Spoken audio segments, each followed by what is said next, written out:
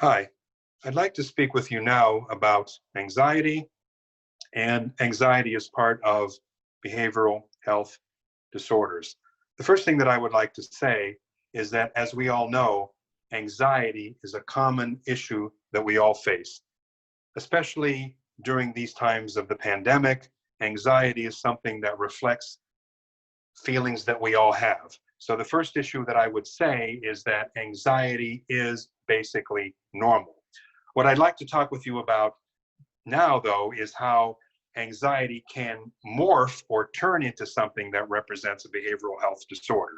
So in terms of the learning objectives here, hopefully you'll build an awareness of the symptoms that are associated with anxiety and depression, which we'll also talk about, and also build an awareness of post-traumatic stress disorder. So what I'd like to do in our time now is to talk about some of these behavioral health disorders. So the first one that I'm going to talk about is anxiety. And obviously, anxiety is a very common mental health disorder. As you can see there, it reflects or affects many individuals. And also, anxiety is many times comorbid or coexisting, if you will, with other diagnoses that we're going to be talking about. So what I want to do is differentiate between fear and anxiety. So fear is the response to a perceived threat, a threat that's actually there. Anxiety is different because anxiety is an anticipatory or a sense of an imminent danger. So anxiety is very different than fear. Fear is the actual event occurring, and anxiety is the concern or the premeditation of a possible precipitant. Both have very similar physiological features, as including respiration, perspiration, muscle tension, and many other symptoms. Anxiety obviously is unpleasant, but it can be useful in certain contexts because it helps us prepare for action. It also helps us understand things more clearly when discomfort is not too severe, frequent, or extended. And again, anxiety, if it creates functional impairment, which we're going to be talking about, can then become a behavioral health disorder. So when it becomes a disorder, as I said, is when it creates functional impairment. And what I mean by functional impairment is that this functional impairment interferes with aspects of one's life.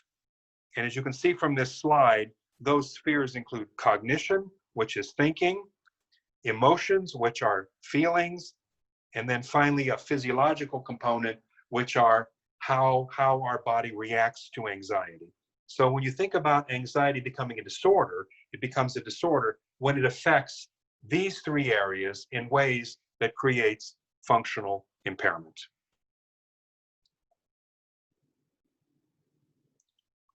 So the treatment for anxiety typically is in three major areas. There are anti-anxiety medications, psychotropic medications that lessen anxiety. There are relaxation strategies that are also used by clinicians.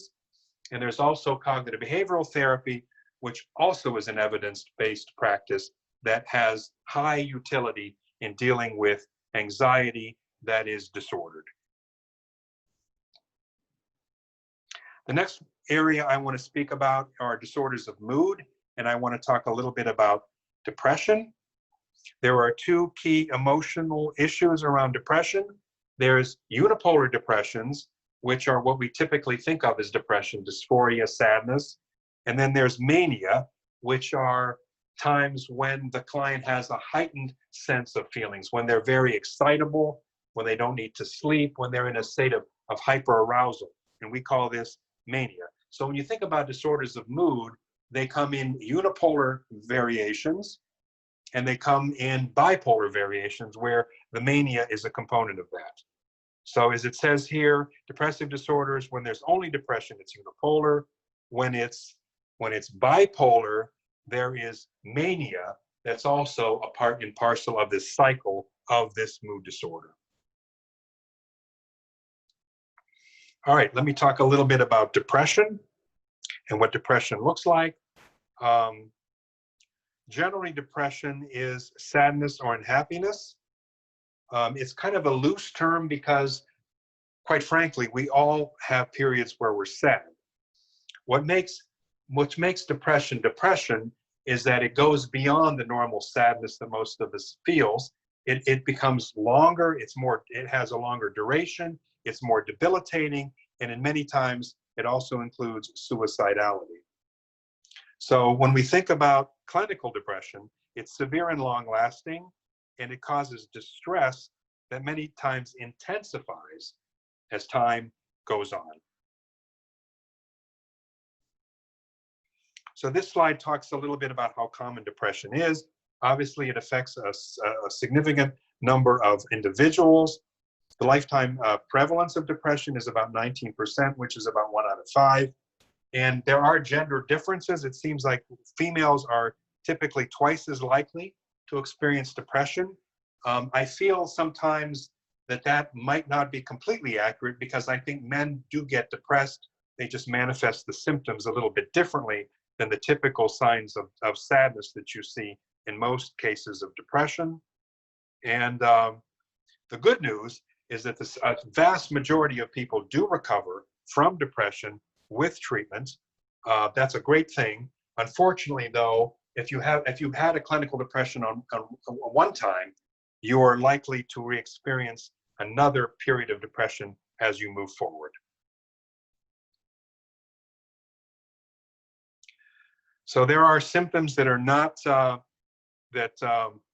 not everyone who is depressed experience. There are differences around severity and frequency in terms of gender, age, and culture. And we know that depression is many times co-occurring with other disorders. So depression can be co-occurring with other behavioral health disorders as well.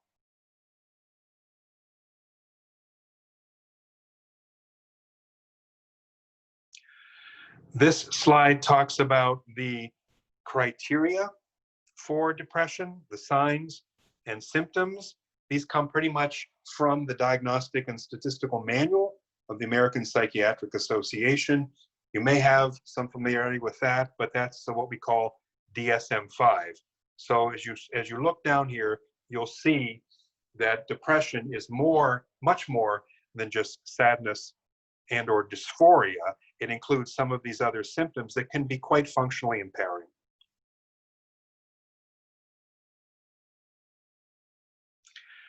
So, as I was saying a few minutes ago, the good news around depression is that the treatments and the techniques that we use in treating depression can be very effective. So, most cases of depression can be treated. Obviously, the earlier the diagnosis or the earlier the depression is identified, the more effective the treatment is. And the treatments usually involve medications, psychotherapy, or in many cases, a combination of psychotherapy and medication. No one size of treatment fits everyone. Every individual, as you know, is unique.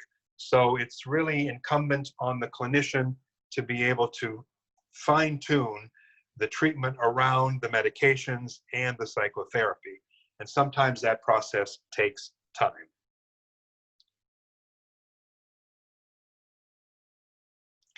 These are some of the supportive approaches or treatments to depression to help people to become a little bit more social, because sometimes depression can create a lot of social isolation. We try to help clients communicate with trusted friends or relatives so that the line of communication stays open. We encourage them to stay physically active and mentally engaged. And what we typically see is over time, with appropriate treatment, we see a gradual improvement of functioning. All right, I'd like to talk a little bit about PTSD, post-traumatic stress disorder. Obviously, the major component of PTSD is a traumatic experience that a client encounters.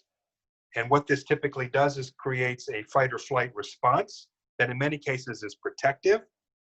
Obviously, many people experience range of reactions after traumatic experiences. So if someone has been traumatized, they will experience symptoms. That's not to say necessarily that they'll go on to develop post-traumatic stress disorder. In fact, most people who experience traumatic events do not go on to develop PTSD. So that's the good news.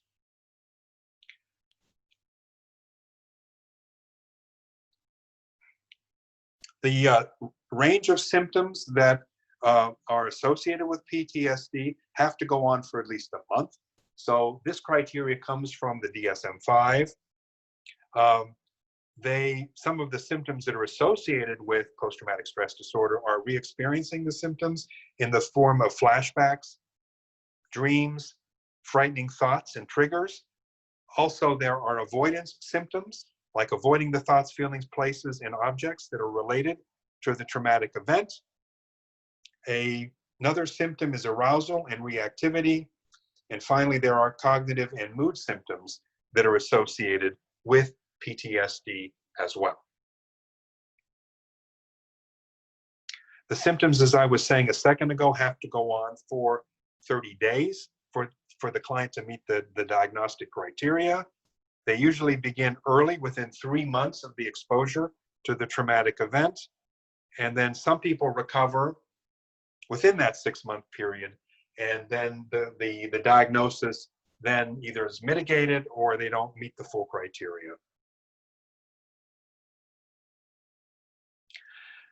This slide, I think, is an excellent slide because it talks about some of the risk factors and also factors that are associated with resilience if you have indeed experienced a traumatic event. So as you go down this list, you see that there are factors that are sort of present with the client that could increase the risk of the client developing PTSD, having been exposed to a traumatic event. And there are also resilience factors that are associated with the client not going on to develop PTSD if they've been traumatized. So seeking support, group involvement, learning to feel good about one's own actions in the face of danger, having good coping skills, and being able to respond effectively despite feeling fear are all excellent resilience factors that help someone not go on to develop PTSD. The treatment for PTSD, there are a number of treatments. The ones that are evidence-based are dialectic behavior therapy, which is a form of cognitive behavioral therapy, medications in some situations, and sometimes a combination of psychotherapy and medication. So the good news here again is that PTSD can be very effectively treated if it's identified and if these evidence-based practices are used.